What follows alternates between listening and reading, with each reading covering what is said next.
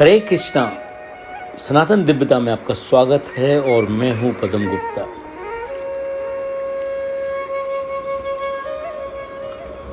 भागवत कथा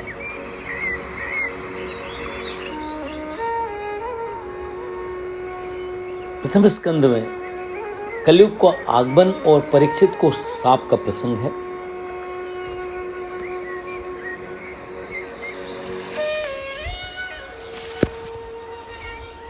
पांडवों के महाप्रयाण के पश्चात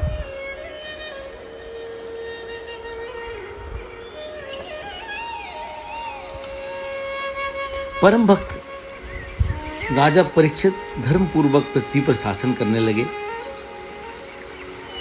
उन्होंने उत्तर की पुत्री इरावती से विवाह किया। उससे उनके जन्मेजय आदि 4 पुत्र हुए। कृपाचार्य को आचार्य बना के उन्होंने गंगा के तट पर 3 अश्वमेध यज्ञ किए। जिस समय राजा परीक्षित पृथ्वी पर शासन कर रहे थे, उन्होंने सुना कि मेरे साम्राज्य में कलयुग का प्रवेश हो गया है। उससे उन्हें दुख तो अवश्य हुआ, परंतु ये मानकर कि युद्ध करने का अवसर प्राप्त हुआ, वे अधिक दुखी नहीं हुए। युद्धवीर परीक्षित धनुष हाथ में लेकर रथ पर सवार हो दिग्विजय के लिए निकल पड़े।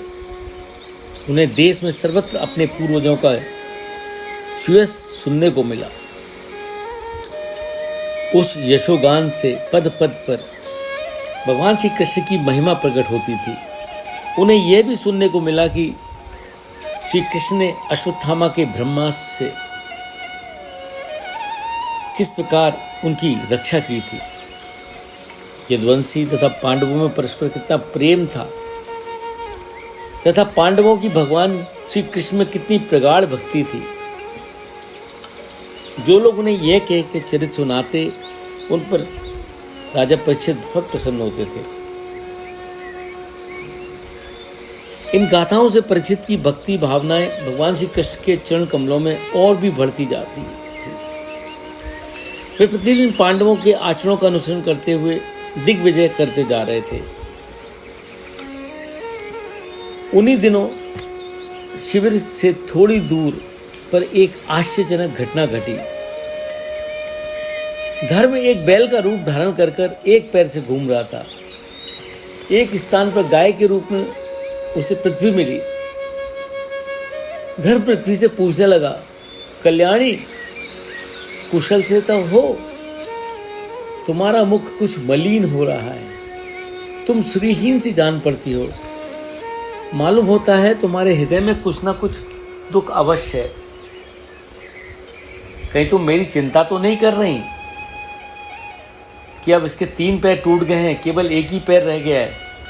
संभव है तुम अपने लिए शोक प्रकट कर रही हो कि अब दुर्जन तुम्हारे ऊपर शासन करेंगे। क्या तुम दुष्चरित मनुष्यों द्वारा सताई हुई स्त्रियों के लिए शोक कर रही हो? संभव है कुकर्मियों के चुंगल में पड़े हुए देश के लिए शोक कर रही हो। माँ पृथ्वी, अब समझ में आया, हो ना हो तुम्हें भगवान श्री कृष्ण की याद आ रही होगी, क्योंकि वे तुम्हारा भार उतारने के लिए ही अवतीर्ण हुए थे। और ऐसी अनेक लीलाएं उन्होंने की थी जिसके श्रवण और मनन मात्र से जीव को मोक्ष गति प्राप्त हो सकती है। तुम अपने अंत कलेश का कारण मुझे बतलाओ। पृथ्वी ने कहा, धर्म, जिस भगवान के सहारे सारे संसार को सुख पहुंचाने वाले अपने चारों चरणों से तुम युक्त थे,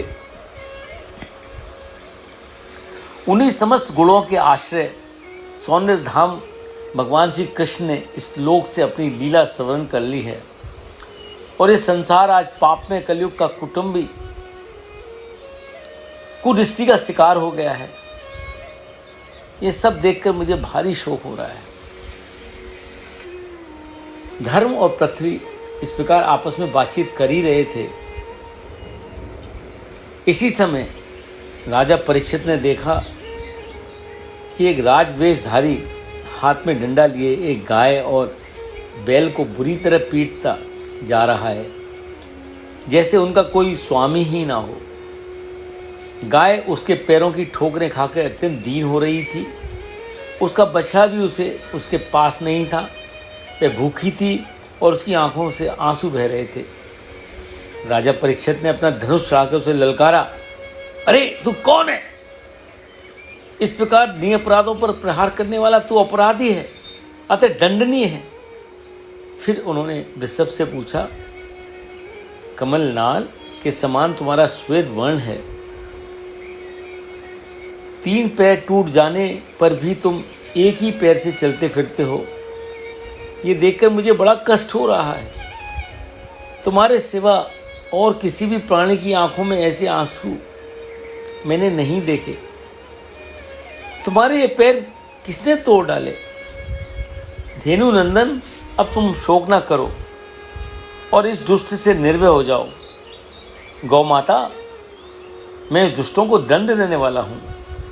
अब आप रोए नहीं, आपका कल्याण हो देवी। जिस राज में दुष्टों के उपद्रव से प्रजा त्रस्त रहती है, उस राजा की कीर्ति, आयु, ऐश्वर्य, परलोक नष्ट हो जाते हैं। राजाओं का परम धर्म यही है कि वे दुखियों का दूर करें।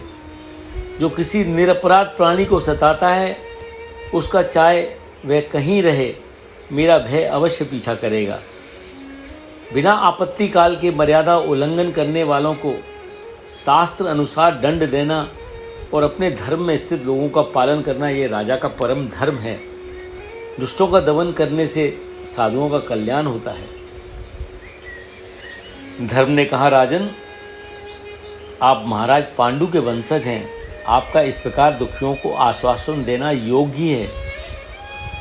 जो लोग किसी भी प्रकार के द्वैत को स्वीकार नहीं करते, वे अपने आप ही अपने दुख का कारण बतलाते हैं। कोई प्रारब्ध को, तो कोई कर्म को, कुछ लोग स्वभाव को, तो कुछ ईश्वर को दुख का कारण मानते हैं।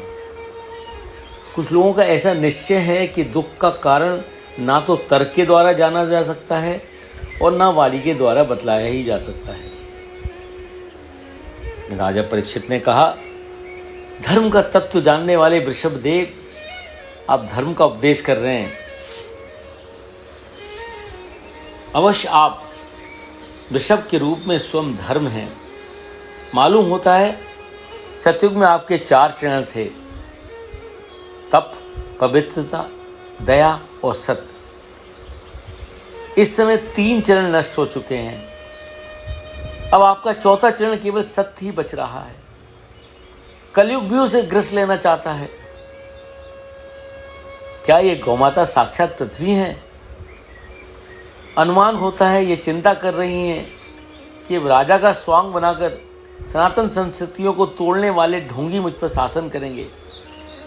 आप दोनों शांत हो, मैं आप दोनों का दुख दूर करने का प्रयत्न अवश्य करूंगा। महाराजा परीक्षित ने इस प्रकार धर्म और पृथ्वी को सांत्वना दी। फिर उन्होंने अधर्म के कारण रूप कलयुग का वध करने के लिए तीक्ष्ण तलवार उठाई। कलयुग ताड़ गया कि अब तो ये मुझे मार ही डालना चाहते हैं। उसने उनके चरणों पर सिर रख दिया। परीक्षित बड़े यशस्वी, दीन वत्सल एवं शरणागत रक्षक थे, इसलिए उन्होंने उसको मारा नहीं। वे बोले, तू हाथ जोड़कर मेरी शरण में आ गया, परंतु तू अधर्म का सहायक है, इसलिए तुझे मेरे राज में नहीं रहना चाहिए। तेरे रहने से लोगों में झूठ, चोरी, दुष्टता, स्वधर्म त्याग, कपट, कलह, दंभ और दूसरे पापों की वृद्धि होती है। अतः इस ब्रह्मवर्त में तू मत ठहर। यह धर्म और सत्य का निवास स्थान है। इस क्षेत्र में महात्मा लोग भगवान की आराधना करते हैं और सर्वात्मा भगवान जीवों की कामनाओं को पूर्ण करते हैं। कली ने कहा, हे राजन, आप मुझे ऐसा स्थान बतलाइए जहां मैं स्थिरता पूर्वक रह सकूं। राजा परीक्षित ने उस पर करुणा कर उसे 4 स्थान बतलाए: घृत, मदपान, परस्त्री संग और हिंसा। इन चारों स्थानों में क्रमश असत्य, मद, आसक्ति और निर्दयता, ये 4 प्रकार के अधम निवास करते हैं। इस पर कलयुग ने पूर्ण निवेदन किया, इन 4 स्थानों में मेरा निर्वाह नहीं होगा, इसलिए कृपा कर एक और स्थान बतलाइए। कलयुग की इस प्रकार विनयपूर्वक याचना करने पर परीक्षित ने उसे रहने के लिए एक और स्थान सुवर्ण, सोना दिया। इन्हीं 5 स्थानों में कली सुखपूर्वक निवास करने लगा। सम्राट परीक्षित कलयुग से कोई देश नहीं रखते थे, क्योंकि इससे एक बड़ा गुण है कि पुण्य कर्म तो संकल्प मात्र से ही फलीभूत हो जाते हैं, परंतु पाप कर्म का फल उसे करने पर ही मिलता है। ये कलयुग की विशेषता है। धार्मिक राजाओं, प्रजावर्ग के नेताओं, सत्यप्रिय व्यापारियों और धर्मोपदेशक गुरुओं को इनकी आसक्ति नहीं रखनी चाहिए। परीक्षित ने इसके बाद वृषभ रूप धर्म के 3 चरण तपस्या, शौच और दया पुनः जोड़ दिए और आश्वासन देकर पृथ्वी का भी संवर्धन किया। भगवान श्री कृष्ण के अनुग्रह से राजा परीक्षित अश्वत्थामा के ब्रह्मास्त्र के तेज से भयभीत नहीं हुए थे। जिस समय तक्षक उन्हें डसने आया वे चिंतित भी नहीं हुए, क्योंकि उन्होंने अपना चित्त भगवान के चरणों में समर्पित कर रखा था। उन्होंने सारी आसक्ति छोड़ दी और गंगा तट पर जाकर शुक्रदेव जी से उपदेश ग्रहण कर अपने शरीर का त्याग दिया। जो लोग भगवान श्री कृष्ण की लीला कथा और उनके चरण कमलों का स्मरण करते हैं, उन्हें अंतकाल में मोह नहीं होता। ऋषियों ने कहा, सूत जी, यज्ञ करते करते धुएं से हम लोगों का शरीर धूमिल हो गया है, किंतु भगवत भक्तों से हमारी फिर भी तुलना नहीं की जा सकती। ऐसा कौन होगा जो कृष्ण की लीला के श्रवण से तप्त हो जाए। गुणातीत भगवान की गुण कथाओं का पार तो ब्रह्मा, शंकर आदि योगेश्वर भी नहीं पा सके। भगवान को ही वे अपने जीवन का ध्रुवतारा मानते हैं, इसलिए आप उनके चरित्रों का वर्णन कीजिए। परीक्षित ने सुखदेव जी के जिस ज्ञान से भगवान को प्राप्त किया, उसी ज्ञान का वर्णन कीजिए और उन्हें ऋषि पुत्र ने शाप क्यों दिया, उस घटना चक्र को भी सुनाइए। सूत जी ने कहा, भगवान की शक्ति अनन्य है। भगवान के गुणों की समता जब कोई नहीं कर सकता, तो उनसे बढ़कर कोई हो ही कैसे सकता है। ये सिद्धांत निश्चित है कि प्राणियों के मन और वाणी में परमेश्वर की माया के स्वरूप का निर्णय नहीं किया जा सकता। ब्रह्मा ने भगवान के चरणों का प्रक्षालन करने के लिए जो जल समर्पित किया था, वही गंगा के रूप में परिवर्तित हुआ है। यह जल शंकर सारे संसार को पावन करता है। इनके प्रेम को पाकर धीर पुरुष आसक्ति छोड़ परमहंस आश्रम का आश्रय लेते हैं। इस आश्रम में किसी को कष्ट न पहुंचाना ही स्वधर्म है। एक दिन राजा परीक्षित शिकार खेलने गए हुए थे। वहां उन्हें बड़े जोर की भूख और प्यास लगी, इसलिए प्यास बुझाने के लिए पास के ही शमीक ऋषि के आश्रम में वह गए। वहां आंख बंद किए हुए वे मुनि आसन पर बैठे जागृत, स्वप्न, सुप्त, इन तीनों अवस्थाओं से परे निर्विकार ब्रह्म रूप तुरीय अवस्था में लीन थे। राजा परीक्षित ने उनसे जल मांगा। जब राजा को वहां बैठने को भी किसी ने ना कहा, तब अपने को अपमानित मानकर वे क्रोधान्ध हो गए। उन्होंने धनुष की नोक से एक मरा हुआ सांप उठाकर ऋषि के गले में डाल दिया और अपनी राजधानी को लौट आए। उन शमीक मुनि का पुत्र बड़ा तेजस्वी था। जब वे बालक ने सुना कि राजा ने मेरे पिता के साथ दुर्व्यवहार किया है, तो उसने इन मर्यादा भंग करने वालों को आज मैं दंड देता हूं, ऐसा कह कौशिकी नदी के जल से अपनी वाणी रूपी ब्रज का यह कहकर प्रयोग किया, राजा परीक्षित ने मेरे पिता का अपमान किया है, इसलिए आज के 7वें दिन उसे ये तक्षक सर्प डस लेगा। आशप ने अपने पिता के गले में सांप देखकर उसे बड़ा दुख हुआ और वह जोर जोर से रोने लगा। समीक मुनि के पुत्र के रुदन को सुन अपनी आंखें खोली और उन्होंने देखा कि उनके गले में एक मरा सांप पड़ा है। उसे फेंक कर उन्होंने अपने पुत्र से रोने का कारण पूछा। उसने उन्हें सारा हाल सुनाया।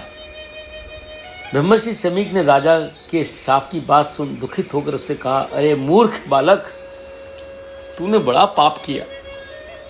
खेद है कि तूने उनकी थोड़ी सी गलती के लिए उन्हें इतना बड़ा दंड दिया। प्रतापी और धर्मपरायण राजा के ना होने पर चोर आदि पाप कर्म करने लगते हैं तथा प्रजाजनों की स्त्रियां और धन संपत्तियां भी लूट लेते हैं। सम्राट परीक्षित तो बड़े ही यशस्वी और धर्म धुरंधर हैं, वे कदापि शाप के पात्र नहीं हैं। राजधानी पे पहुंचने पर राजा परीक्षित को बड़ा पश्चाताप हुआ। वे सोच ही रहे थे कि मैंने ब्राह्मण के साथ बड़ा घृणित व्यवहार किया है। अवश्य मुझ पर घोर विपत्ति आएगी जिससे मेरे पाप का ये प्रायश्चित हो सकेगा। वे इस प्रकार चिंता कर ही रहे थे कि उन्हें ऋषि कुमार के शाप की सूचना मिली। इस पर उन्होंने सोचा, मेरे लिए वैराग्य का अवसर आ गया। अब भगवान के चरण कमलों की सेवा ही सर्वोपरि है। ऐसा विचार कर वे आम्ल अनशन व्रत लेकर गंगा तट पर जा बैठे और अनन्य भाव से श्री कृष्ण के चरण कमलों का ध्यान करने लगे।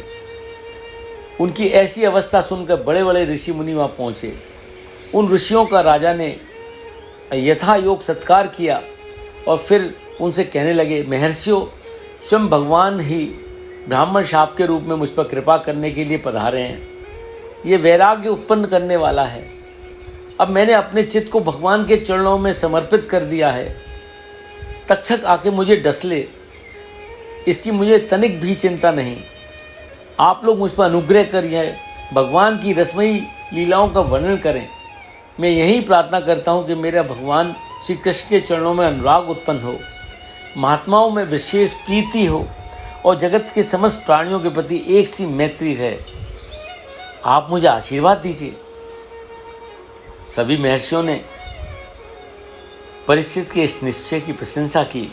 उन लोगों ने भगवान श्री कृष्ण के गुणों से प्रभावित परीक्षित के प्रति अनेक अनुरूप वचन कहे और निश्चय किया कि हम लोग तब तक यहीं रहेंगे जब तक भगवान के ये परम भक्त परीक्षित अपने नश्वर शरीर को छोड़ दोष और शोक से रहित होकर भगवत धाम को नहीं चले जाते। ऐसी वार्ता हो ही रही थी कि परमहंस श्री सुखदेव जी वहां पहुंचे। उनका भेष अवधूत का था। दिगंबर वेश में वे महान तेजस्वी दिख रहे थे। मुनियों ने उन्हें देखते ही पहचान लिया और अपने आप आसन छोड़कर उनके सम्मान के लिए खड़े हो गए। बोलो श्री कृष्ण भगवान की जय। तो ये प्रथम स्कंद था। द्वितीय स्कंद में तत्व ज्ञान के उपदेश की चर्चा है। इस प्रसंग को अगले अंक में